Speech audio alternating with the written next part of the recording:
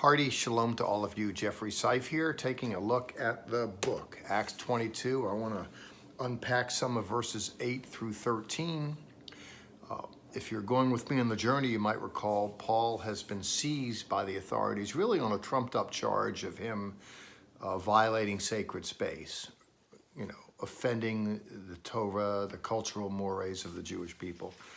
Turns out it's not true in the literature. Actually, Paul is all about wanting to defend himself and show himself to be faithful, as Jews would understand, but that was not to be believed. The thing, when you have mob action, it just takes a life of its own. Things get out of control on the quick. I'm interested in what Luke records of some of his defense. Paul has explained to them his story. And he gives voice to the fact he's on the road and he's interrupted by a light. He's knocked off his horse. He says in verse 9, on verse 8, that this personality that interrupts his world identifies himself as Yeshua, Jesus of Nazareth. In verse 9, we're told, none of those who were with me saw the light, and they did not understand the voice of the one who was speaking to me. That is, there's a light that knocks him off his horse. There's a voice. Others don't get it. It's a message that's delivered to him. And let me just say parenthetically, that's kind of the way the game is played. That, a lot of people, I came to faith, really. I wasn't raised in this. It's not like I'm a believer in Yeshua, because my mother was praying in Sunday school dutifully every year and was so glad when I came to the altar. And I don't want to speak disparagingly of those who have that experience, but I'm here in spite of the culture, not because of it. And I mean no disrespect in even describing the culture as kind of being anti the Jesus story. It's just not really where Jewish culture is at the moment. And but I had some kind of experience with the Lord that really made all the difference. I wasn't raised in this. And here, this man gives voice to experiential religion. That is to say, he had an experience. Others didn't get it. They didn't perceive it. It wasn't accessible to their mental faculties. So they're not going to perceive it the way that Paul does. And I mention that to pivot from that, to say as much that today there are individuals that have an experience with the Lord. I get it that my Jewish friends don't really understand what I'm all about. That's only to be expected. They didn't see the light. They didn't get knocked off the horse. They didn't hear the voice.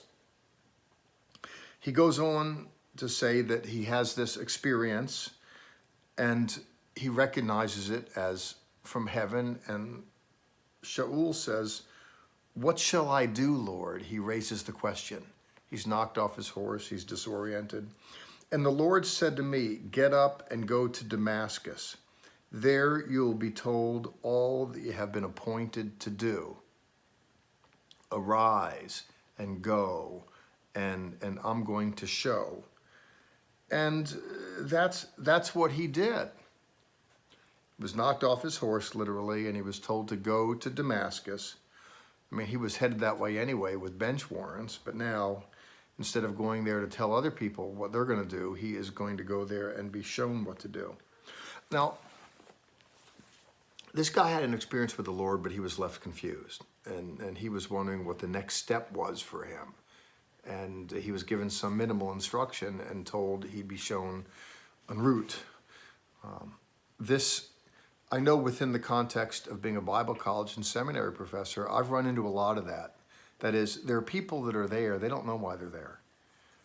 I say, someone wants to be a dentist, they go to dental school. They want to be a police officer, they find a way to the police academy. They want to be a lawyer, they go to law school. But when you ask why are people going to Bible college or seminary, they don't always know. In fact, statistically, at the graduate level, a third of the students that graduate with a degree from seminary, a graduate degree, they don't go into the ministry professionally. They're there to scratch some kind of itch.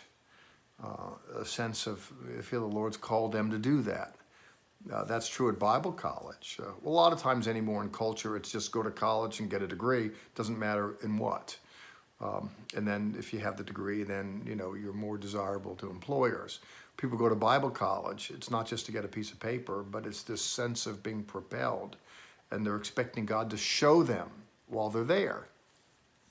In fact, that's the origin of the word seminary itself. It comes from the word semen, to be impregnated by something that's life-giving, that's prolific. You know, individuals open themselves up to the scripture with an expectation something is going to be born within, and they're going to find the answer while they're on the journey. They don't know offhand, and that's what's said here as much, that Paul is told to go, and he's informed that he's going to get his answers when he's out searching it out. In verse 11, since I could not see because of the brilliance of the light, I was led by the hand by those who were with me and came to Damascus. He's humbled. This guy's disoriented, and he's led there very weakly. Then a certain Ananias. I want to camp on this for a minute because I think it's profoundly important. So Paul is in Damascus now, and we're told a certain Ananias, whom his biographer describes as a devout man according to the Torah and well spoken of by the Jewish people, came. And standing before me, he said to me, Brother Saul, look up. In that very moment, I looked and I saw him. Okay, there's the moment. He's told to go to Damascus. What's interesting is the fellow who sent to greet him there and to ameliorate, to improve his situation with his vision, Ananias. Very interesting the way that Luke describes him. Two things are noteworthy. Number one, he's a devout man according to the Torah. You know, he's not a pious Catholic priest or nun, he's devout according to the Torah. He's Torah compliant, number one. Number two, and he has a good reputation among the Jewish people. And he's a believer in Yeshua, we know from the literature as well. That combination is striking because it tells me that it's possible to be that. And that is the essence of what Messianic Jews are trying to be. That is, positioning ourselves in a way that we can be well spoken of by our people, that we can be found as operating within a Jewish worldview and still be a believer in Yeshua.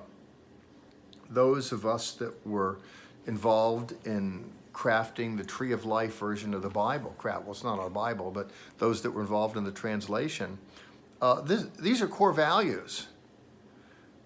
It used to be that, well, you accepted Jesus, you used to be a Jew, now you're a Baptist, a Methodist, you go to a Bible church, whatever. I used to be the Jew. You can look at your Jewish friends. I used to be you, but now I've become them. That divide is something that doesn't abide with Messianic Jews.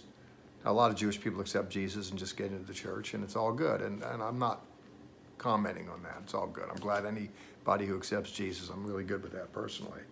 But there's something that is adjudged to be very important for those of us that want to be like Ananias, who want to be well spoken of by our Jewish associates. We want to be perceived as operating within a Jewish milieu, that we have value in that. We value that.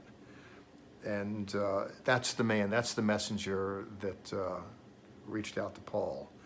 Brother Saul, look up. Now, by the way, he called Saul a brother because God had told him that he was. Others were chagrined. What are you messing with that believer killer for? Brother Saul, look up. And at that very moment, I looked and I saw him. What a story. The Bible's a great story. Thanks for going with me on the journey and telling it. Appreciate that, I really do. Let's do this again in a week. Jeffrey Seif, signing out. Ciao.